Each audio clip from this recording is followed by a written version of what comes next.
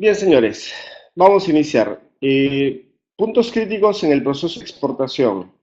Este tema tiene que ver directamente con el itinerario que tiene que seguir un exportador al momento de realizar su envío, su despacho, y vamos a tratar de cubrir todos los elementos del envío desde la planta hasta el punto en destino. Todos ustedes sabrán o reconocerán que los puntos críticos son directamente factores donde tienes que meter mucho cuidado y mucha verificación porque los riesgos se dan justamente en esos momentos donde la mercancía de pronto tiene algún tipo de algún tipo de problema que mañana puede suscitarse en algo potencial. Entonces, voy a compartirles la presentación en este momento para que lo puedan tener. Entonces, en el tema de los puntos críticos, voy a correr un poquito a la siguiente página. Vamos a sensibilizar un poquito el tema. A ver, en puntos críticos, uno de los aspectos que tenemos que contemplar nosotros cuando trabajamos es el tema de la calidad del producto. Entonces, empezamos aquí. Empezamos aquí. Bien, entonces, volvamos al tema. Estamos en la página 22. Quiero partir por esa página para que vean lo siguiente. La calidad es primero, ¿ok? La calidad es primero. Eso en comercio internacional es un tema que es mucho más importante ver el resultado del efecto. Cuando nosotros hacemos una exportación no existe, pues no existe un mercado para productos de baja calidad. Hay que tener bastante cuidado con esto. Entonces, cuando hacemos exportaciones tenemos que procurar evitar tener este tipo de resultados. Tanto esfuerzo que uno realiza para que el producto llegue de esta naturaleza, en esta presentación. Entonces, uno tiene que tener mucho cuidado al momento de exportar y tener este tipo de resultados. Por ejemplo, cuando tenemos un esfuerzo que hacemos todos, porque ahí trabaja comercial, operaciones, producción, trabaja logística, marketing y finalmente terminamos teniendo un resultado de estos con esta calidad, es algo que los empresarios tienen que evitar. El tener un producto de este tipo con esos resultados y llegar a un mercado internacional destruye la marca, porque prácticamente el usuario entiende de que algo ha pasado, algo no ha llegado bien. Entonces, eso es el resultado de no haber contemplado esos puntos críticos en el proceso de exportación. Lo que nosotros tenemos que preguntarnos cuando veamos unos resultados de esta naturaleza es qué cosa ha fallado, ¿no? Y es como la autopsia. Esa autopsia es mirar hacia atrás y decir, a ver, vamos a ver en qué hemos fallado, pero ya no tienes una forma de corregirlo. Lo único que te queda es sobre los resultados que estás teniendo, averiguar qué pasó, pero ya no vas a poder resolver el problema. Probablemente tendrías ya en este problema algún, digamos, algún cliente que has perdido, etcétera. Entonces, eso es lo que nosotros tenemos que verificar. Entonces, fíjense los aspectos que directamente se pueden generar cuando hacemos esto.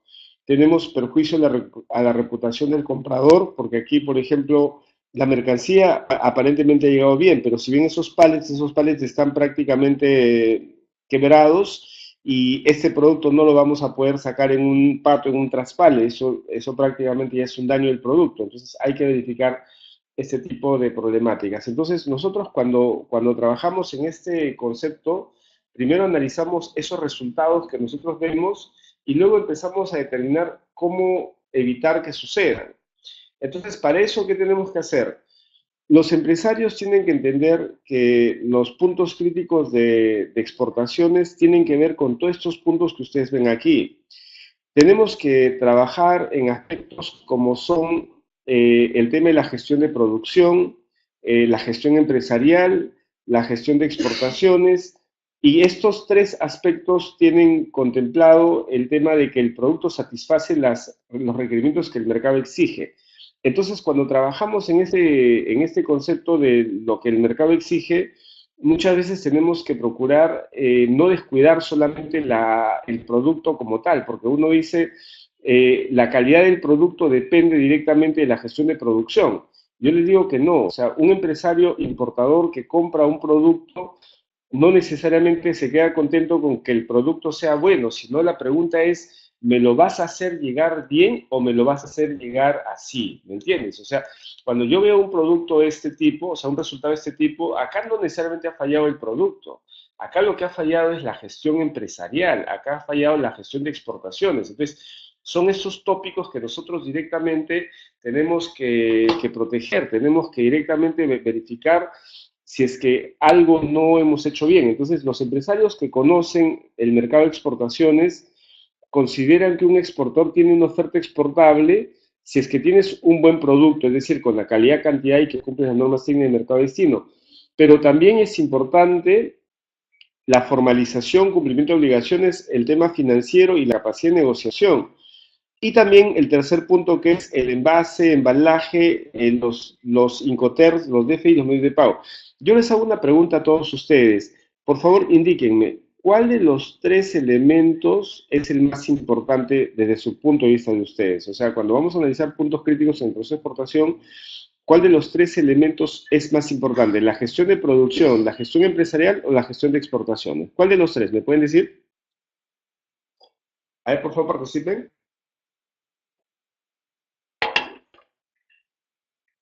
Arnold menciona la gestión empresarial, Jorge menciona los tres, pero Jorge, de los tres dime el que es más importante para ti. Pueden equivocarse.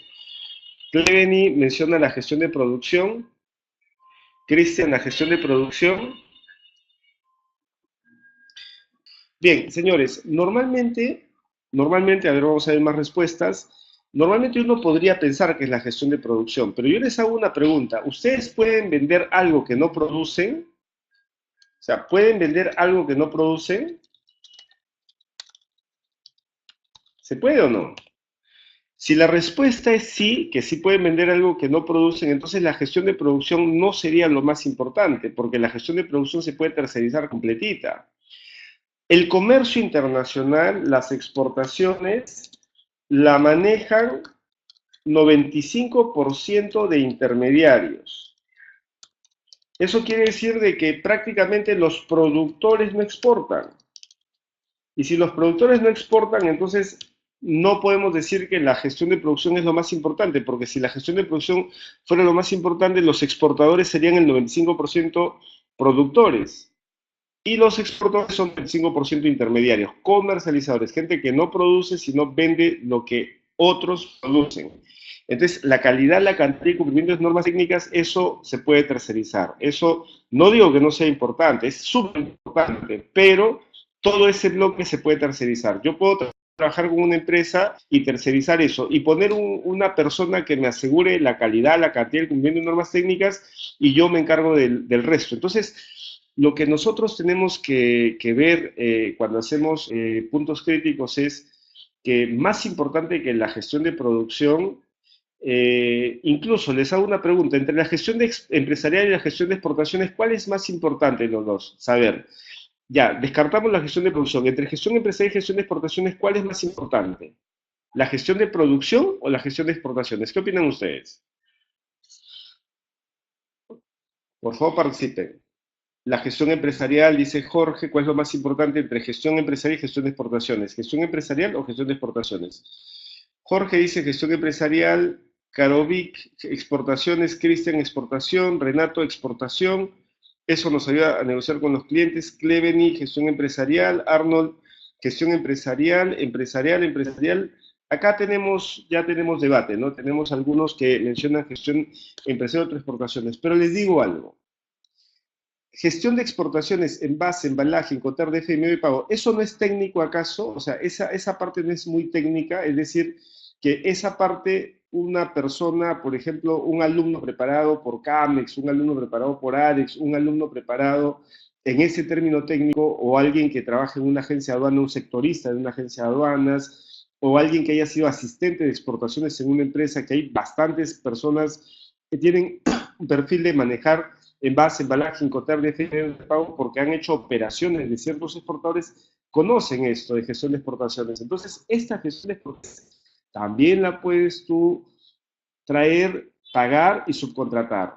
Entonces, esto no digo que no sea importante, como dicen acá, es para negociar con los clientes todo lo demás, sí, pero eso es un área que yo puedo controlar y subcontratar.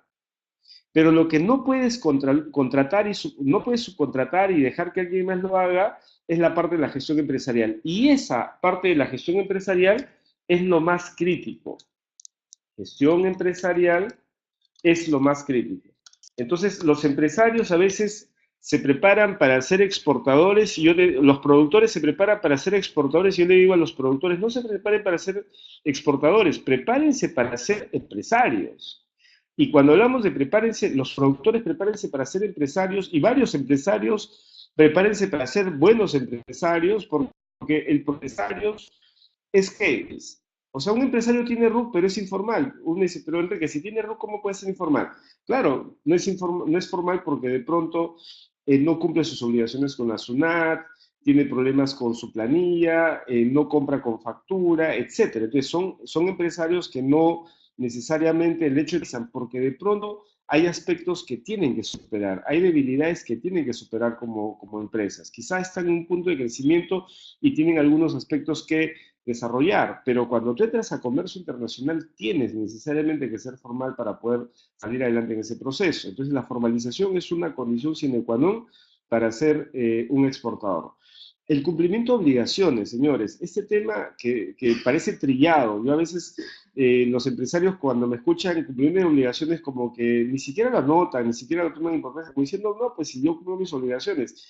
Acá en comercio internacional la palabra y las fechas son críticas y son sagradas. Entonces, cuando tú te comprometes con un comprador, no es un tema que yo me comprometo con mi hermano a que lo voy a llamar mañana en la mañana y nunca lo llamo. Acá hay un compromiso que implica un comportamiento que prácticamente está asociado al tema de la venta. Recuerden que el que te va a comprar el producto no es el que lo va a consumir.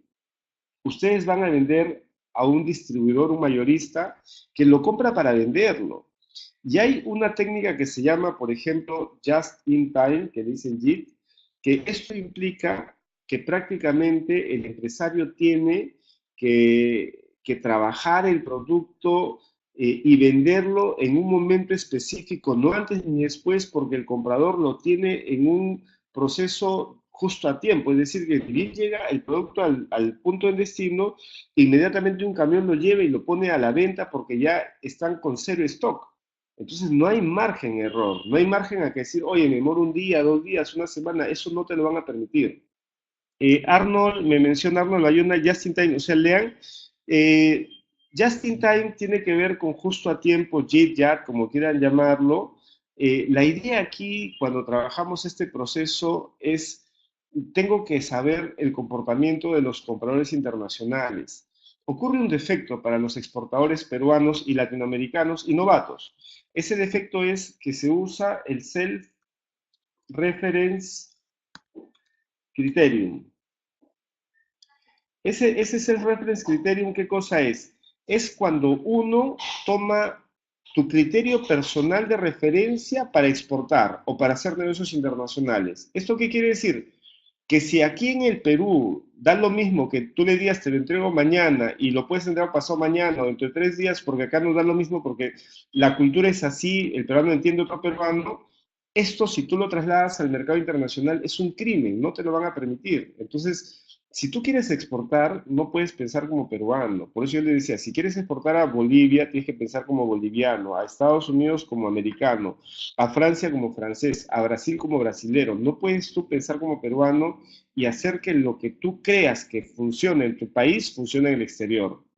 Ahí se van a meter de tumbos. Entonces, por esa razón, nosotros decimos que la gestión empresarial es una gestión que es lo más importante para cuando un evaluador, un comprador te va a mirar, lo que quiere saber es esto. La gestión de producción, él sabe que tú teniendo un buen proveedor lo solucionas. La gestión de exportación es un buen operador logístico, un buen sectorista, un buen muchacho que te ayude en la parte técnica, lo resuelves. Pero la gestión empresarial eso no lo vas a resolver con nadie, porque tú eres el gerente, tú eres el jefe, tú eres el dueño. Entonces, si tú no le muestras una formalización adecuada, si tú no le demuestras que puedes cumplir obligaciones, si tú no le demuestras que tienes las finanzas adecuadas para poder cumplir un pedido y poder financiarte sin que se te vaya todo encima y resolver a todo lo que son tus deudas con tus proveedores y hacer que el negocio continúe adelante, no vas a ser una empresa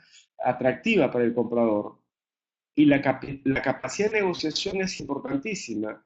Y se dan cuenta los compradores internacionales desde el momento en el que hablan con ustedes. Se dan cuenta directamente los compradores internacionales desde el momento en que hablan con ustedes. ¿Por qué? Porque cuando hablan con ustedes van a notar una forma de hablar que puede salir directamente de lo que podríamos nosotros llamar el entorno regular de un comercio adecuado. Es decir, cuando yo hablo con alguien en comercio internacional, yo puedo darme cuenta si esa persona con la que estoy hablando es una persona que realmente conoce o no conoce del comercio exterior y es una persona que tiene cancha en el campo, es decir, que me habla en forma técnica, que tiene un formato de cotización adecuado, etcétera, etcétera. Bien, entonces esto es un punto importante. ¿Qué otras cosas más tenemos que contemplar? Puntos críticos en comercio internacional, envases y embalajes. Ustedes saben que el embalaje básicamente es una medida de protección del producto. El envase es parte del producto. Tenemos que trabajar directamente en las dos vías, tanto manejando un buen envase con un buen embalaje para lograr que el producto que nosotros vayamos a exportar sea un producto que cumpla las condiciones necesarias de un mercado en destino. Para esto, por ejemplo, te van a pedir a ti etiquetados, rotulados, código de barra, información nutricional, reciclables, etcétera. Y Arnold dice, ¿qué tanto influye la certificación Global Gap de las exportaciones? A ver, vamos a trabajar un poquito con la pregunta de Arnold. Eh, la certificación Global Gap, que hay distintas certificaciones de calidad que tienen las empresas, influencia en el sentido que les da mayor credibilidad y en algunos casos es un certificado obligatorio para muchos compradores. Cuando tú vas a trabajar con el tema de Global Gap directamente, puedes trabajar Global Gap, hay certificaciones para comercio justo, certificaciones de producto orgánico, sellos verdes, etcétera. Entonces, en función al país donde tú te vas a dirigir, el certificado, como te digo, en algunos casos puede ser un tema opcional que si lo tienes mejor y en otros casos restrictivo si es que el usuario realmente lo necesita como un requisito previo. ¿Ok? David dice, si envías el producto, ¿cómo asegura que me pagarán? Ya, para el tema del pago, David, y eso lo voy a plantear rapidito nada más, existen dos páginas de aseguramiento de cobro en caso que no te acepte la carta de crédito. Lo ideal es trabajar con la carta de crédito, eso es lo que ustedes saben. O sea, si ustedes quieren tener seguridad que te van a pagar, entonces pídele una carta de crédito. Pero si es que el importador no te acepta una carta de crédito, tú puedes ir a estas dos empresas que es Cofase y Secrex, y en estas dos empresas tú puedes solicitar la evaluación del comprador, de tal manera que si el comprador no te paga, esas empresas te aseguran el pago. ¿Ok? Bien, entonces, estábamos hablando acá de los requisitos de los embalajes de exportación. Entonces, estamos hablando acá de los requisitos de los embalajes de exportación. Hay una página que quiero que entren, por favor, que se llama MacMap. Muchos de ustedes lo deben conocer. macmap.org. Entren en esa página macmap.org. Lo estoy poniendo acá en el chat para que puedan entrar y verlo. En esa página macmap.org ustedes entran y hay dos links, uno para conocer los aranceles y otro link para que ustedes puedan entrar y directamente verificar, por ejemplo, las barreras no arancelarias. Entonces, los pararanceles son obstáculos al comercio o a veces son requisitos del comercio. Entonces, cuando tú quieres ir a un país que tiene directamente su propia restricción, ellos definen las reglas de rotulado, etiquetado, código de barras, información nutricional, etcétera. Así que ustedes recuerdan, por ejemplo, el tema de la leche Gloria. Cuando leche Gloria se fue directamente para Panamá, lo que le pasó a Leche Gloria en Panamá fue de que ellos evaluaron el envase. El envase de Leche Gloria evaluaron el país, o sea, la seguridad sanitaria de Panamá, y determinó de que el envase no contenía la información precisa que un producto internacional debería tener. Entonces, para nosotros fue como que algo espectacular, para mal, que haya pasado que un exportador tan importante y una empresa tan grande ni siquiera califique en otro país que ni siquiera es tan, digamos, es tan exigente como los países europeos o americanos. Entonces, obviamente, si a una empresa grande le pasa que tiene problemas con el envase y embalaje, las empresas pequeñas los van a tener de una mayor forma porque no tenemos un buen uso. Acá hay un tema de un buen uso de las NTPs. ¿Quién de ustedes conoce las NTPs, las normas técnicas peruanas? ¿Quiénes de ustedes usan las NTPs o han escuchado hablar o directamente han trabajado con el tema de NTPs? A ver, Jorge Ortega dice, en comercio internacional la calidad adecuada no es la mejor calidad en los 90 y exportar café de descarte para Polonia. Ya, ahorita podemos hablar de eso, Jorge, no hay ningún problema. Este, Dicen, por ejemplo, las NTPs. Jorge dice que sí las conoce las NTPs, ya. Las normas técnicas peruanas, saben ustedes que son para todos los productos. Y hay una institución que les recomiendo ver que se llama INACAL. En INACAL ustedes pueden ver directamente eh, todo lo que son las normas técnicas peruanas. Y el problema es que, aparte de Jorge, por favor, ¿quién más conoce la CNT? No conoce, porque todo el mundo dice, yo sí lo he escuchado, alguna vez lo he visto, pero ¿quiénes de ustedes lo han usado o alguna vez han leído una norma técnica peruana? Las normas técnicas peruanas es la base de la producción. Si quieres hacer una silla, la silla tiene todo lo que es ergonomía, tiene toxicidad, tiene grado de resistencia centrífuga, tiene todo lo que son el uso de los materiales adecuados para toxicidad oral o toxicidad, etcétera. Entonces, esos aspectos que directamente se manejan están en las normas técnicas peruanas. Pero aparte de Jorge Ortega, creo que nadie de ustedes ha trabajado con normas técnicas, pero normas técnicas es la base.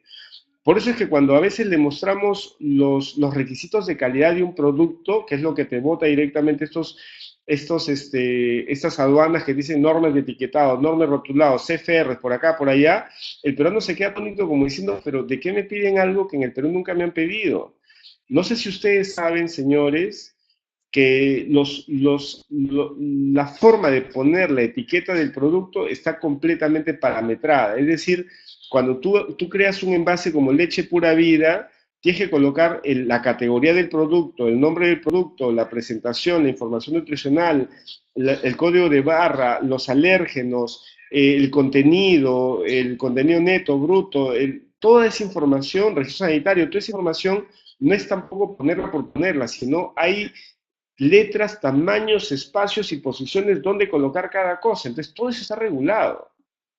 Y si te hablo para un producto como la leche, en todo aspecto hay normas técnicas. Entonces, un peruano que de pronto nunca ha usado normas técnicas peruanas y produce en el Perú y vende en el Perú, acá en el Perú no dicen nada.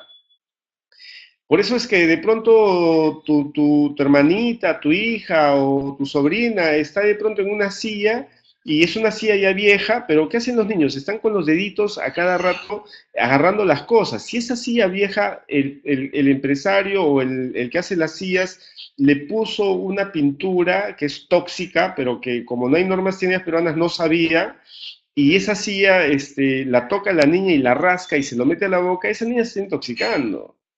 Entonces, pero no se da cuenta, ¿por qué? Porque no hay normas técnicas peruanas. Pero cuando tú exportas esa silla con esa pintura que de pronto lo mandas al exterior, en el exterior inmediatamente te van a decir, señor, esa pintura está prohibida acá para entrar a Europa. ¿Cómo es posible que usted quiera pretender meter la pintura a Europa? Entonces, eso prácticamente es el choque que existe entre el peruano, entre comillas, informal, porque no conoce, con las normas técnicas en el país de destino. Entonces, eso directamente ustedes tienen que tener bastante cuidado al momento en el que van a trabajar lo que son los requisitos de entrada del producto. Entonces, por favor, ahí les pido que tengan bastante cuidado. Por eso es que acá ustedes tienen que, cuando van a entrar al mercado internacional, el etiquetado, ¿no? El etiquetado, cómo tiene que colocar la etiqueta, la categoría, el made in del producto, etcétera.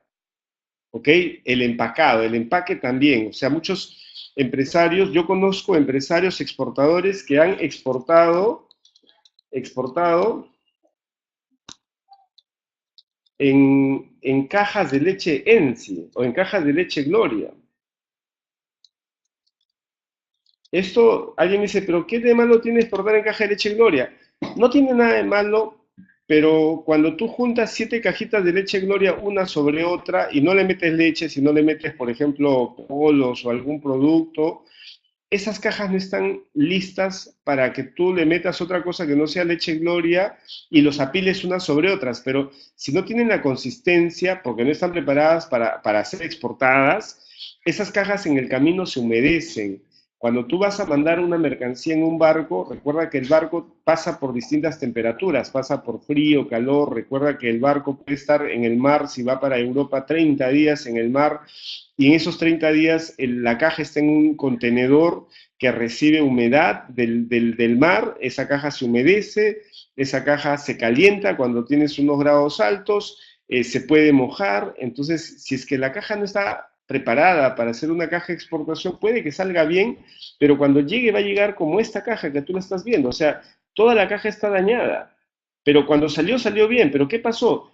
El producto o la caja no era específica para poder ser una caja que lleve productos de exportación. Entonces, eso es lo que ustedes tienen que tomar en cuenta. Tienen que ver el envase embalaje como un tema importante y los requisitos de entrada en el país de destino. Otro punto importante cuando ustedes van a ver el tema de puntos críticos es el manejo de los Incoterms. Estos Incoterms que ustedes ven acá, que vienen desde el Export al DDP, muchos de ustedes lo conocen, pero siempre yo les digo algo que no olviden. Los Incoterms no lo trabajen de una manera así ligera, sino hagan un análisis exhaustivo de los Incoterms. Lo que trato de decir es que traten de entender la naturaleza de los Incoterms de una manera más profunda. ¿Y cómo hacen eso? Léanse no el resumen de los Incoterms, sino el librito de los Incoterms de la Cámara de Comercio Internacional para que puedan entender todo lo que los Incoterms contemplan. No solamente es cuestión de saber que el FOP es puerto y CIF es puerto en destino, sino que tenemos nosotros que tratar en lo posible de entender el tema de los Incoterms de una manera más profunda. Son muchas páginas que tienen cada Incoterm, no es un tema así de algo muy sencillo que yo pongo ex-word, FOB, CIF, sino también hay reglas dentro de los Incoterms específicas que tienen que tomar en cuenta. Porque al momento en que ustedes exportan probablemente les sea suficiente el trabajar con ex-word, FOB y CIF, pero al momento en el que ustedes van a directamente enfrentarse a un problema potencial, ahí es donde van a decir ustedes, pero ¿por qué razón no leí bien los Incoterms? ¿Qué representan los Incoterms? Los Incoterms representan el conocimiento del exportador en el comercio internacional. Entonces, en el Perú, muchos exportadores se limitan a exportar en export, FOB, porque no conocen más que eso, porque creen que las operaciones de los peruanos tienen que ser en export o FOB. Yo los reto y los invito a cotizar y cerrar operaciones DDP.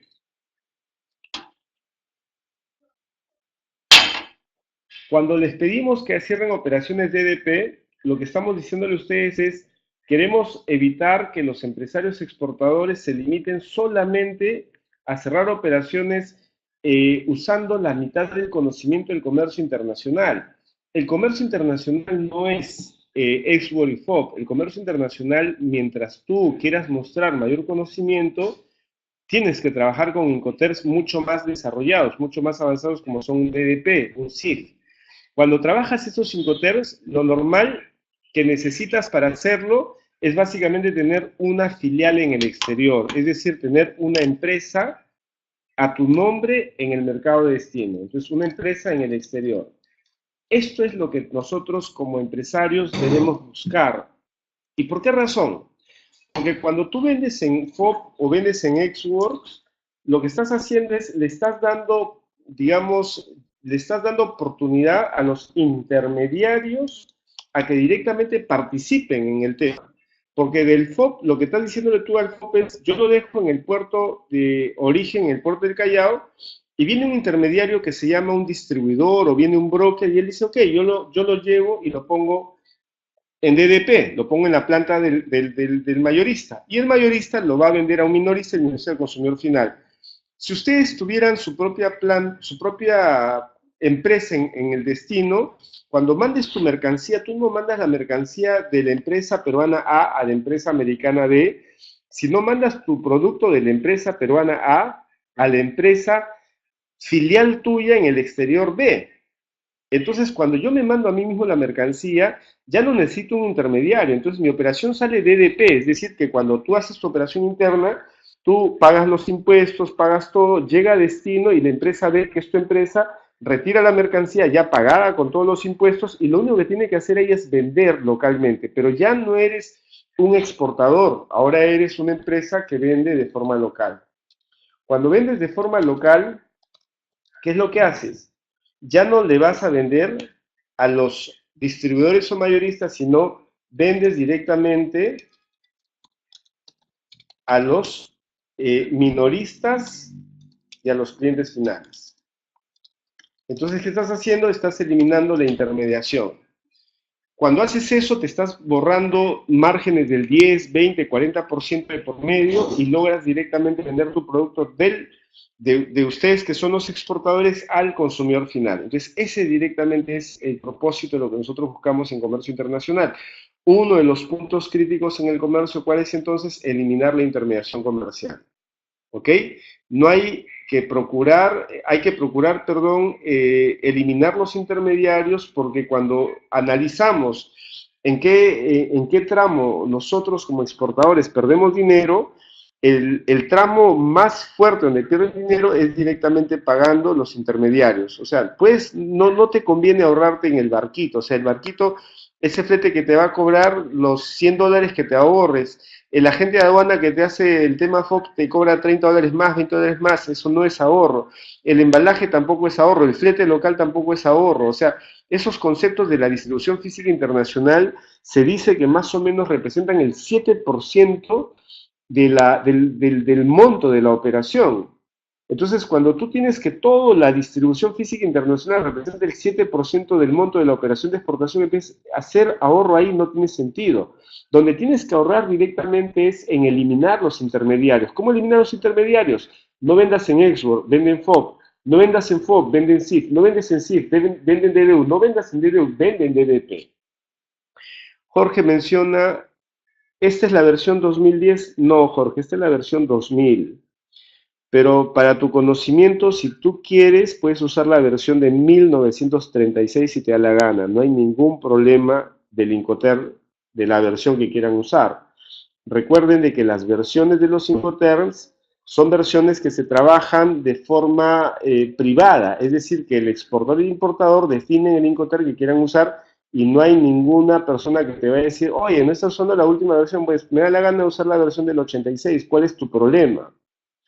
¿Ok? Entonces, esta versión que te muestro son las versiones del 2000, del Incoterm 2000, que son 13 Incoterms. Para la versión 2010 se crearon 4 Incoterms y se colocaron 2. Entonces, ahora tenemos ya un número distinto de Incoterms. Se ha desaparecido Incoterms como el DDU, el DAF, se ha desaparecido Incoterms que eran buenos en realidad, pero quien quiera usar Incoterm 2000 o 2010 está en su derecho. Bien, entonces, bajamos. Otro punto crítico en el proceso de exportaciones. ¿Qué cosa es?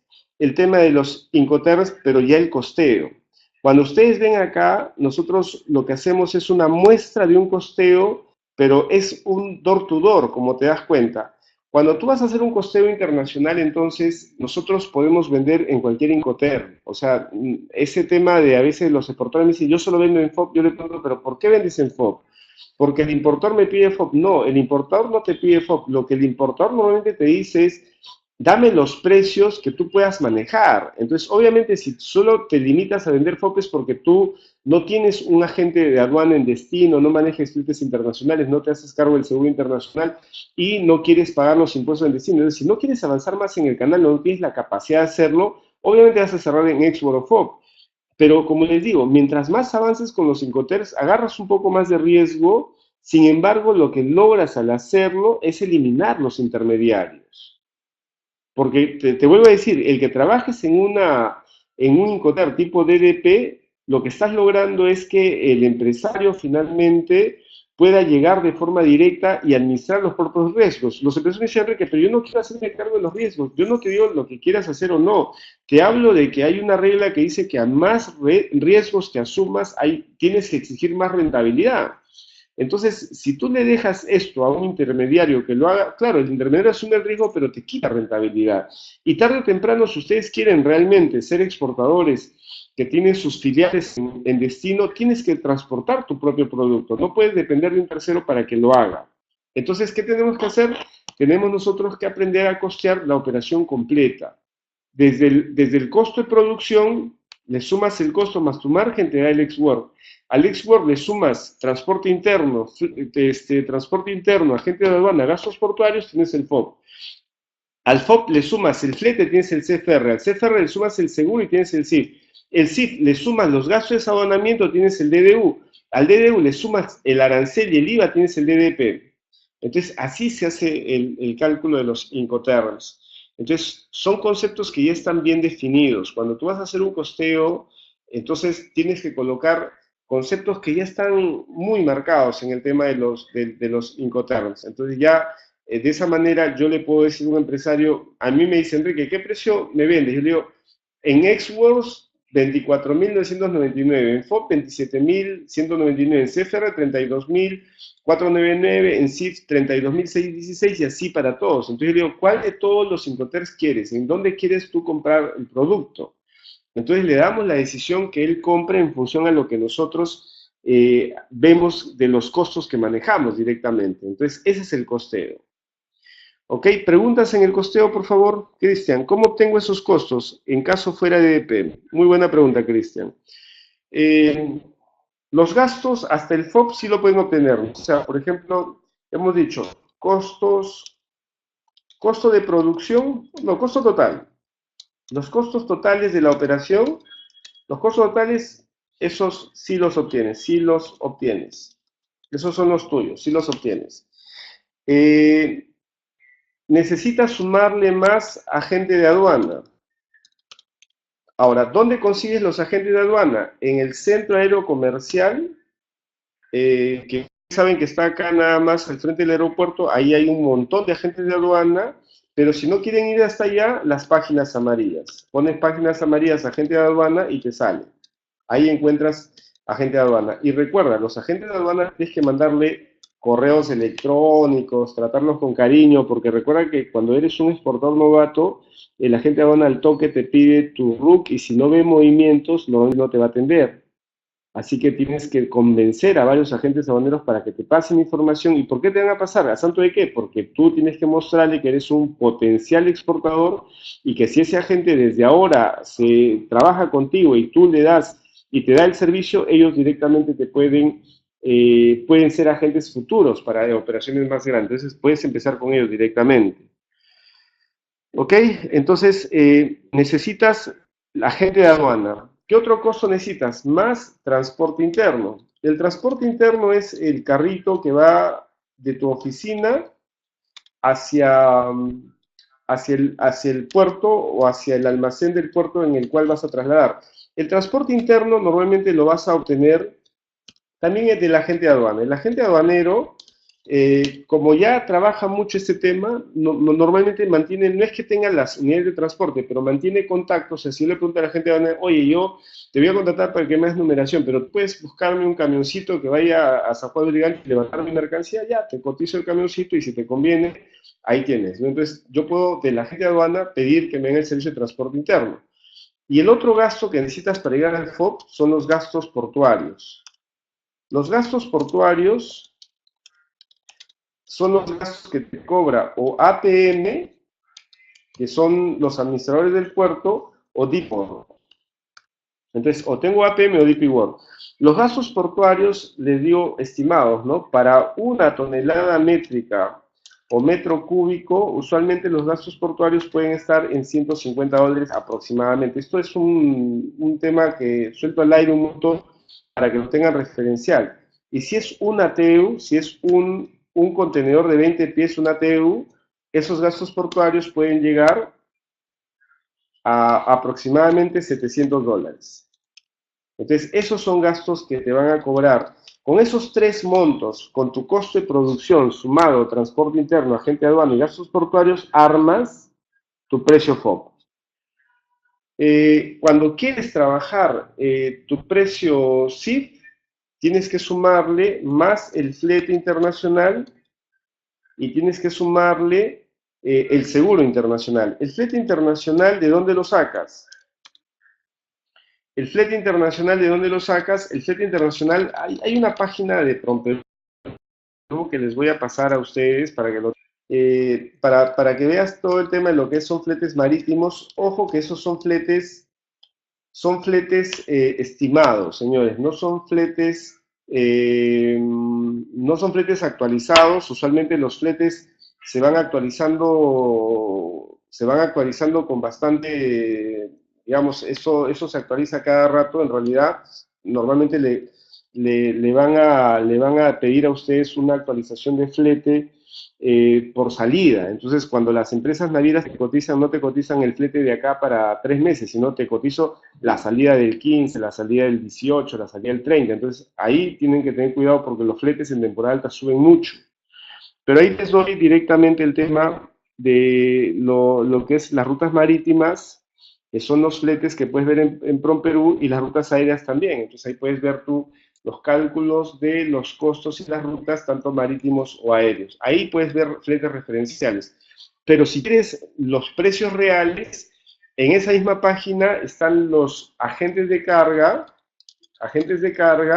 y las navieras, que son los que te pueden cotizar directamente los fletes exactos en función de la fecha de salida que tú quieras para tu embarque. Entonces, teniendo el flete internacional, le tienes que sumar ahora el seguro internacional. Entonces, una vez que tenemos ya el precio CIF, ya el producto ya está en el puerto en destino. Entonces, cuando ya está en el puerto en destino, necesito ahora los datos para calcular el DDP. Para calcular del CIF al DDP, hay que sumarle del CIF al DDP, sumarle lo que son los agentes. Necesitas un agente de aduana en destino, necesitas los gastos portuarios en destino, necesitas saber los aranceles, arancel en destino, y necesitas saber el IVA, que es el IGB en destino, ¿no? Más el IVA o el IGB en destino, más el IVA en destino. Y también hay que necesitar lo que es el agente de aduana en destino. Ya, entonces ahí directamente tenemos esos elementos. A ver, vamos a ver si hay preguntas hasta acá. Ángel, ¿en qué consiste el agente de aduana en destino? Es el agente aduanero, igual que en el Perú existe, es un agente de aduana que hace el aduanamiento, es decir, el que va a la aduana y hace la DUA. En destino necesitas un agente que también te ayude a retirar la mercancía, porque recuerda que la mercancía tiene dos aduanas, la aduana de la que sale y la aduana en la que entra. Las aduanas no están interconectadas, es decir, que lo que declaras acá en la aduana de Perú no va a pasar a la aduana en destino, y la aduana de destino al toque lo registra, sino son dos procesos independientes. Yo puedo declarar una exportación definitiva y meterla como importación temporal. Entonces hay una destinación aduanera que hay que hacer cuando el producto llega a destino. Entonces, para eso directamente se trabaja con un agente de aduana en destino, para desaduanar la mercancía. Eso del desaduanamiento de las mercancías, todo lo que es el tema del agente de aduana, del IVA, del arancel, de los gastos portuarios, de lo que es el transporte interno, yo les recomiendo, para que puedan tener esos datos, directamente cotizar con agentes de aduana en el país de destino. Ustedes me dicen, pero ¿cómo encuentro agente de aduana en el país de destino? Es súper complicado, pero yo creo que sí lo pueden hacer. Lo van a hacer en las páginas amarillas. Miren qué sencillo es. Cuando ustedes ponen en las páginas amarillas de cada país, por ejemplo, pongamos un concepto, me quiero ir a Alemania, Hamburgo, entonces pongo páginas amarillas Hamburgo y pongo agente de aduana, obviamente lo tengo que poner en alemán. Si quiero irme a China, a Qingdao, y quiero agente de aduana en Qingdao, pongo agentes de aduana en Qingdao, tengo que poner eso en China. para que me salgan esos datos y buscar esas agencias de aduana en esos países. Y así puedes buscar en Brasil, en Bolivia, en Ecuador, en España, donde tú quieras. Y esas agencias de aduana, igual que en el Perú, tienes que mandar unos 20, 30 correos para que una o dos o tres te respondan. Cuando te respondan las agencias de aduana, tú ahí le vas a pedir esos datos que te estoy diciendo, pero tu concepto es, soy un exportador peruano, quiero servicios para llevar mi mercancía en términos de DDP. Quiero que me cotices desde el CIF en adelante. Es decir, quiero que me cotices desaduanamiento, que es tu servicio agente de aduana, los servicios del puerto. Quiero que me cotices el transporte interno. Quiero que me hagas una pre-liquidación de los impuestos y aranceles que tengo que pagar. Y toda esa información te la pasan directamente. Entonces, con eso, con esa información tú ya culminas de hacer tu costeo internacional. ¿Ok? Entonces, esa es la manera de trabajarlo. Arnold Bayona, si eres un exportador nuevo y no tienes cartera de clientes, ¿cómo vas a conocer tus productos? ¿Alguna feria internacional o simplemente marketing digital? Arnold, normalmente cuando eres exportador nuevo, sí puedes usar el tema de, por ejemplo, eh, las bases de datos de compradores internacionales, puedes darte a conocer por una buena página web. Lo más recomendable es llamar y contactar, ¿no? Es hablar con compradores potenciales, contactarlos. Ahora, por ejemplo, se viene la Expo Alimentaria, que es una muy buena feria en Latinoamérica y es un espacio donde ustedes van a encontrar un montón de compradores internacionales. A mí me dicen, pero Enrique, ya no tengo stand, ¿cómo hacer? En la Expo Alimentaria la gente está dando vueltas, los compradores y vendedores. No necesitas un stand para poder tener éxito. Obviamente, si tienes un stand tienes mayor capacidad, pero los compradores están dando vueltas. Lo que tienes que ir allá es ir y pararte con las orejas bien abiertas, con tus tarjetas, un buen speech, una buena información de tu compañía y una buena ficha de tus productos. Y cuando escuches un comprador potencial, te le acercas y cuando el comprador se mueva de un stand a otro, le presentas tu oferta. Y dices, disculpa, pero también vendo, he escuchado que tiene este producto, yo lo vendo y ahí empieza a hacer tu intermediación. Lo interesante cuando ustedes hagan este proceso de presentación, como les decía, tienes que tomar en cuenta ese famoso término que hablamos de capacidad exportadora. Y capacidad exportadora, como te digo, no es solamente que le digas, yo tengo un buen producto, mira mi ficha técnica, mi producto es bueno, es fresquito, tiene buen calibre, tiene buen grosor, tiene buen aroma. Él te va a preguntar cosas mucho más técnicas, te va a preguntar, bueno, sí, pues, pero si yo quiero pagarte, ¿cómo me vas a recibir el pago? ¿Cuál es el porcentaje de anticipo? ¿Cuánto diferido? ¿Qué medio de pago tú buscas?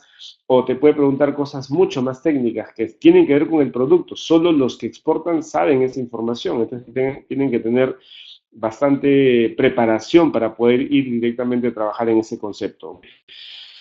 Bien, vamos a cerrar el costeo. Hasta ahí todo claro. Entonces, el costeo es un tema que hay que hacerlo directamente hasta el DDP del mercado internacional, porque de esa manera yo me doy cuenta realmente cuánto es el precio del producto que cuesta cuando yo lo veo en la góndola. Muchos de ustedes saben que su producto ustedes se venden 2 o 3 veces el precio, pero no tienen idea cuánto es el margen que gana el intermediario. Cuando hagan estos costeos, van a darse cuenta de cuánto es el margen que está en la mesa. ¿Ok? ¿Cuánto es el margen que está en la mesa? Otro punto crítico en el proceso de exportación es el tema de los seguros internacionales. Si ustedes notan acá el tema de seguros internacionales, se van a dar cuenta que existen la cláusula A, la cláusula B y la cláusula C. Esas tres cláusulas son cláusulas del comercio, de la Cámara de Comercio Internacional de los Seguros, que prácticamente indica que nosotros podemos asegurar a todo riesgo, a un riesgo intermedio, o solamente aseguramos en caso que el barco se hunda o la nave se caiga. Hay que ver cuáles son las modalidades de seguro que nosotros buscamos. Desde nuestra recomendación y nuestra posición, nosotros siempre vamos a recomendar que tomen una cláusula A para los productos que ustedes manejan, porque la cláusula A te cubre a todo riesgo, excepto dos cosas. El seguro internacional no te cubre el tema de retraso ni te cubre el tema de vicio propio. Ustedes saben que en estos momentos en Estados Unidos ha pasado un terrible huracán, el huracán Irma, huracán, tornado, lo que fuera, y este fenómeno ha hecho que los puertos de Miami cierren durante casi una semana y hay estragos todavía en el puerto. Entonces, si ustedes tenían una carga comprometida con meses anteriores y ya la fecha de embarque justo caía hace 3 días, entonces ese barco no ha salido. Y si tenían un cliente que te compraba en Miami, un Just in Time, un JIT, ese cliente ya no te va a respetar el tema del contrato porque lo más probable es que haya comprado en otro punto para abastecer a su cliente. Entonces, si tú vas a exportar ese producto, ya lo vas a hacer a cuenta y riesgo tuyo, pero ya el comprador, de acuerdo a sus cláusulas, probablemente te diga, bueno, esa mercancía ya no la necesito, veremos qué hacemos, pero no te la puedo pagar. Ante eso, tú puedes ir a la compañía de seguridad y decirles, aseguradora, dame mi plata porque he perdido a mi cliente y no me quiere pagar. La aseguradora te dice, mira bien las cláusulas del seguro, por más que sea cláusula A, no cubrimos el tema de retrasos cuando son fuerzas ajenas, o sea, un hecho fortuito, una fuerza de la naturaleza. Tengan cuidado con eso. Algunos no lo ven así y creen que el seguro reconoce todo. El seguro no reconoce lo que es retraso cuando es un hecho atípico y eso hace que los exportadores le pongan, aunque suene redundante, le pones en las condiciones de entrega. El despacho contiene los plazos de entrega en hechos y forma regular. Nosotros no garantizamos retrasos por hechos fortuitos por la naturaleza. Esa frasecita que puede ser redundante y hasta innecesaria porque alguna era, pero bueno, se sobreentiende, ¿no? Si es que hay huracán, ¿cómo van a salir los barcos? Pero si no lo pones en el contrato, el importador te lo va a reservar a la calle y decir, esa es tu responsabilidad, no es la mía. Pero si yo le firmo en el contrato y dice que mi plazo no contemplan los hechos y causas ajenas a la naturaleza, entonces yo digo, ok, entonces tenemos que ver cómo resolvemos, pero ya no es culpa tuya ni mía, tenemos los dos que responsabilizarnos de esa operación. Tengan cuidado con eso. Y el otro aspecto que tampoco cubre ninguna cláusula de seguro es el vicio propio. El vicio propio es como cuando, es el equivalente de vicio propio es cuando ustedes van borrachos manejando en sentido contrario. Eso es vicio propio.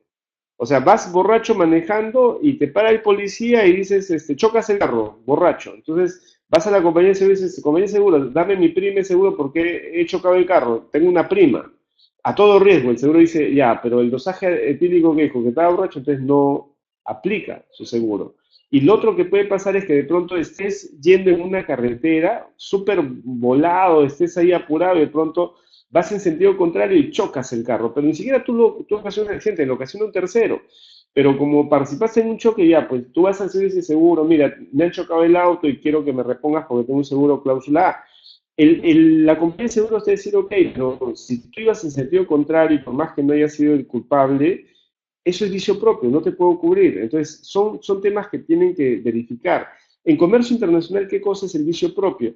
Cuando el empresario hace un mal embalaje.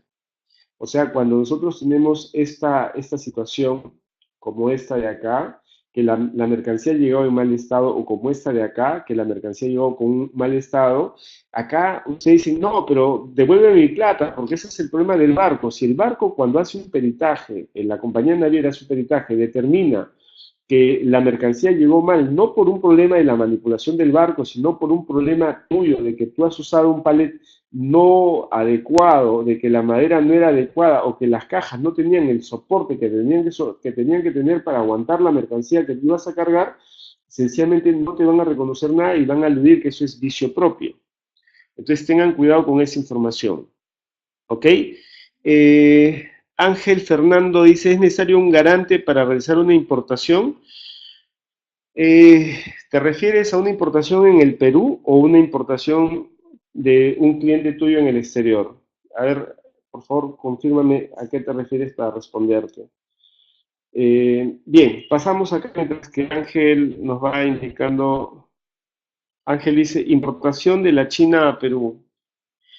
No es necesario un garante para la importación. Lo que sí puede pasar para algunos productos, no solo en la IMPO, sino en la Expo, depende del régimen que tú saques, podría ser un afianzamiento, ¿no? Por ejemplo, si yo meto una mercancía a Perú, de China a Perú, y esa mercancía va a ser, por ejemplo, una importación temporal, una admisión temporal, no sé, un régimen suspensivo que luego voy a ver qué hago, ahí podría ser un garante, pero acá se llama fianza, y la fianza básicamente es, como te voy a suspender los derechos temporalmente y no te voy a cobrar los impuestos ni los aranceles porque la mercancía me ha dicho que entra y luego se va, entonces ahí necesitas una fianza, y la fianza te lo va a dar el agente de aduanas, y por eso te va a cobrar.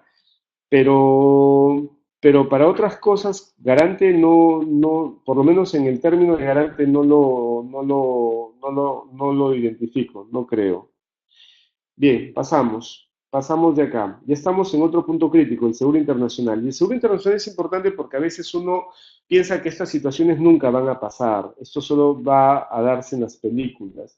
Esto es imposible que pase, ¿no? Que los contenedores se caigan, que los contenedores se peguen, que haya acá como dice, una pérdida de contenedores o que de pronto un barco se hunda o que sea tan salado que en la grúa pórtico, en el puerto del Callao, se caiga encima de mi camión. Esas cosas como que no pasan, pero en realidad cuando suceden y no estás protegido con una póliza, tú has podido mandar 50 despachos sin ningún incidente, pero justo el despacho 51, como ya eras tan informal de mandar las cosas sin seguro, te toca esta situación y ahí llevas una mercancía de $80,000. Si tú multiplicas lo que te vas ahorrando en cada seguro, porque normalmente un seguro de una carga de $80,000 te puede costar aproximadamente quizá $800. $800 por carga, ¿no? Por embarque. Entonces yo digo, he hecho 30 operaciones, he hecho 30 operaciones, 50 hemos dicho, 50 operaciones, sin seguro. ¿Cuánto te has ahorrado? Si has hecho 50 operaciones sin seguro, te has ahorrado 50 por 800, estamos hablando que es 40,000 dólares. Entonces me ahorré $40,000. Entonces, Enrique es un tonto porque yo no le hice caso y me ahorró $40,000. Pero justo en la operación 51, ocurre lo que está viendo en el gráfico, ¿no? Ocurre un siniestro. Ocurre un siniestro. Y como tu mercancía está sin seguro, entonces ahora has ahorrado $40,000, pero acabas de perder $80,000. ¿Entienden? Entonces, tienen que ustedes verificar cuántas operaciones tienen que hacer sin seguro para que de pronto recuperes, entre comillas, lo que te has ahorrado. Pero si es que tú haces este cálculo y llevas 50 operaciones sin seguro y aún así tienes el riesgo de que mañana pase un siniestro y esa mercancía se pierda, entonces ahí tienes que tener mejor criterio para no asegurar tu mercancía. Eso es lo que ustedes tienen que directamente evaluar, costo-beneficio, ¿ok? Yo, para tema de seguro internacional, yo le digo que el que no lo hace está aplicando un término que se llama en comercio internacional economiseria, que es economizar en lo que no debes economizar. Tú no debes economizar buscándote un agente de aduana barato, eso no es un buen ahorro. Tú no debes economizar buscándote un flete muy barato porque esos fletes demoran, tienen transbordos, no son directos, son fletes que se ponen la mercancía en riesgo o son fletes que saben cuándo salen y nunca saben cuándo llegan. Tú no debes economizar en hacer un buen embalaje, en hacer un buen envase, en las normas técnicas de destino. No puedes economizar en eso. Tampoco pueden economizar ustedes en el seguro internacional, ni en el seguro internacional, ni en el tema del seguro antidroga, que es un BAF, ni en un BAS, ni siquiera en los temas que no, que son riesgosos, ahí no puedes economizar. Economiza en los intermediarios, elimina los intermediarios, ahí puedes economizar. Economiza directamente en los costos de producción, trata en lo posible de mantener unos costos adecuados con tecnología, maquinaria moderna, trabaja en lo que es el tema de tu marca comercial, pero no economices en aspectos que el impacto de ese ahorro te puede ocasionar una gran pérdida. Tengan mucho cuidado con eso. Ok, entonces ahora hablamos de lo que son la distribución física internacional, que son las formas de envío. Voy a pasar esto porque acá no hay mayor problema. Cuando ustedes lleguen al tema de la negociación, como ustedes van viendo acá, en la negociación ustedes tienen que tener una forma profesional de cotizar. Lo que yo les presento acá es un formato de una buena cotización, porque cuando ustedes son exportadores no pueden hacer esto, pues no pueden así mandarle una cotización a su comprador, ¿no? Porque como les digo, el comprador evalúa esa gestión empresarial, o sea, esto de aquí no me lo manda un exportador que conoce, esto de aquí me lo manda un pulpín de exportaciones, y eso ustedes no son. Entonces, esto de acá es una mala oferta. Una buena oferta es así, ¿ok? Una buena oferta tiene estos campos, se hace de esta manera. Una buena oferta se describe de esta forma, de tal manera que el empresario pueda directamente validar que hablas el lenguaje de comercio internacional con estas características. Así se hace una buena oferta. Entonces tengan mucho cuidado al momento en el que ustedes presenten este tipo de operaciones. Ok, mandamos la muestra, una vez que ya te acepta la cotización, mandamos la muestra, tienen que coincidir con lo cotizado, te mandan una orden de compra, un contrato de compra internacional, y ahí empieza el tema de la exportación. Contratas a tu agente aduanero, tienes todos estos procesos, y en cada uno de esos procesos hay puntos críticos que tienes que tomar en cuenta, ¿no? Puntos críticos para la producción y embarque, puntos críticos para la carga, puntos críticos para el transporte, para la inspección, la carga en destino, la inspección en recibo, etcétera. Ahí tienen que tener en cuenta eso. La documentación necesaria, no pueden fallar. Todos los requisitos de fumigación que existen. Entonces, si hacemos un resumen de lo que hemos hablado, ¿en qué aspectos tenemos que tener bastante cuidado cuando vamos a hacer el comercio internacional? Primero, los medios de pago internacional. Hay que tenemos nosotros que tener bastante cuidado y conocer los medios de pago internacional. Conocer qué es una carta de crédito, una cobranza documental, un open account, qué es un cash in advance, qué es un pago contra documentos, qué es una remesa documentaria, etcétera. Esos tienen que ver con medios de pago internacionales. También tienen que conocer lo que es el contrato Incoterms. Los contratos internacionales de compra-venta es formalismo, es formalidad. El que no trabaja o no sabe leer un contrato, muchas veces el comprador internacional entiende que no es formal, entiende que no es un empresario confiable, porque los empresarios confiables llenan y firman un contrato. La flete y el flete y elección del carrier ya hemos hablado. No contraten fletes baratos. Lo barato en comercio internacional sale caro, eso sí se los puedo asegurar. Otro punto crítico es el seguimiento del despacho. Muchos empresarios cuando mandan su mercancía dicen, listo, ya lo mandé, ya salió de mi fábrica, ahora sí ya acabó mi chamba. Recién empieza tu trabajo. Porque vas a tener problemas. Lo normal es que todas las mercancías, no es que tengan problemas, sino todas las mercancías tienen incidentes, hay que llamarlo así, incidentes, ¿no? La mercancía tiene incidentes. Sale de tu almacén, primer incidente, la guía de remisión. Segundo incidente, la recepción en el almacén. Tercer incidente, la verificación de la BOES, que es este Virandro. El cuarto incidente es la carga al medio de transporte principal, en el barco. El quinto incidente es la verificación en la aduana en destino, los ajustes al valor, los datos de la factura comercial. Otro incidente es en el pago de los impuestos aranceles. Otro incidente es en la entrega del producto, la verificación del comprador al momento en el que la mercancía llega al almacén de destino. Entonces hay que hacer el seguimiento al despacho. Y eso tiene que ver también con el desarrollo de entrega. Y aquí vemos el tema de los medios de pago internacional, qué tipos de medios existen, tienen que saber los grados de seguridad y todo lo que son los costos de los medios de pago internacional, cómo en distintos países hay parámetros para el tema de los usos de los medios de pago. Algunos países usan más cartas de crédito, otros más cobranza documentaria, otros más el tema de lo que es transferencia simple, ¿no? Esta es una carta de crédito típica, así se maneja. Estos son los tipos de cartas de crédito o crédito documentario que existen. Cuando tú haces una carta de crédito, normalmente puede tener discrepancias, que son aspectos que surgen en función a problemas que se pueden dar por la carta de crédito. Entonces, ahí también hay que saber cómo manejar las discrepancias en la carta de crédito. Alguien me dijo que cuando tú manejas una carta de crédito, eres un exportador de nivel avanzado. Mientras que ustedes no trabajen con carta de crédito, son exportadores de nivel intermedio. Cuando trabajas exportaciones con cartas de crédito, ya puedes decir ya que estás a un nivel mayor, porque la carta de crédito trata de todo el conocimiento del comercio exterior. Cuando firmas una carta de crédito tienes que saber todo, porque te comprometes en la carta de crédito a temas como ustedes están viendo que luego se presentan discrepancias. ¿Te comprometes en qué? En las fechas de plazo del crédito, en las fechas de plazo de embarque, que no vas a hacer embarques parciales ni embarques cortos, que vas a cumplir con los roles de entrega, que la mercancía va a ir con una facturación sin problemas, que las marcas y las etiquetas van a ser adecuadas en función de lo que estás comprometiendo, etc. Arnold Bayona, ¿cuál es la recomendación para empezar a exportar en el sentido de qué producto es recomendable? Arnold, cuando quieres exportar y buscas el producto recomendable, lo ideal es que primero tengas experiencia en algún tipo de producto de venta nacional para luego exportar. Yo siempre les recomiendo a los que van a ser exportadores que no exporten algo por moda. O sea, si yo te puedo decir ahorita, ¿sabes que exporta, por ejemplo, ají páprica?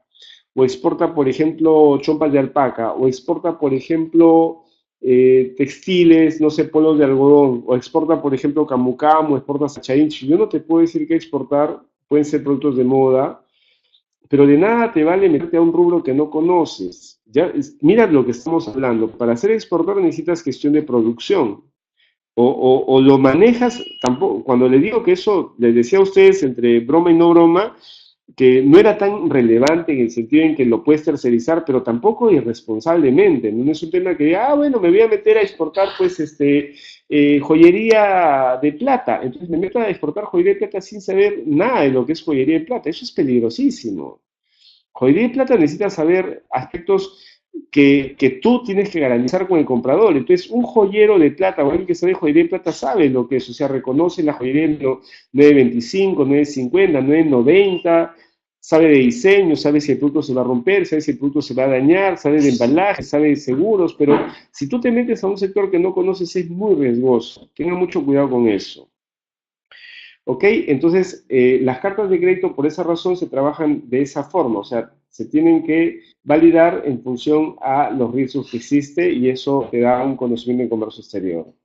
Ok, bien señores, yo voy a terminar ahora, esto es un resumen de lo que hemos hablado, los puntos críticos de su exportación, hay que ver cuidadito el tema de los contratos 5TER, hay que saber llenar un contrato, saber interpretarlo, saber ver los 5TER, los seguros, las condiciones de pago, la documentación, los requisitos del producto, las condiciones de entrega, y también hay que mirar los acuerdos comerciales. A veces llevamos productos sin conocer si tiene una preferencia arancelaria o no. El flete y elección del carrier también es importante porque nos da una capacidad de evaluar si efectivamente voy a elegir un buen servicio de entrega y no voy a tener problemas en el camino. El seguimiento de despacho escrito, que ya lo hablamos, y el tema de lo que es el desaduanamiento de entrega también, seguimiento, porque usualmente ahí hay problemáticas. Bien, señores, muchísimas gracias por su tiempo. Tengo que cortar para darle espacio al docente que va a entrar adelante, así que nos vemos en una próxima oportunidad. Muchas gracias, hasta luego.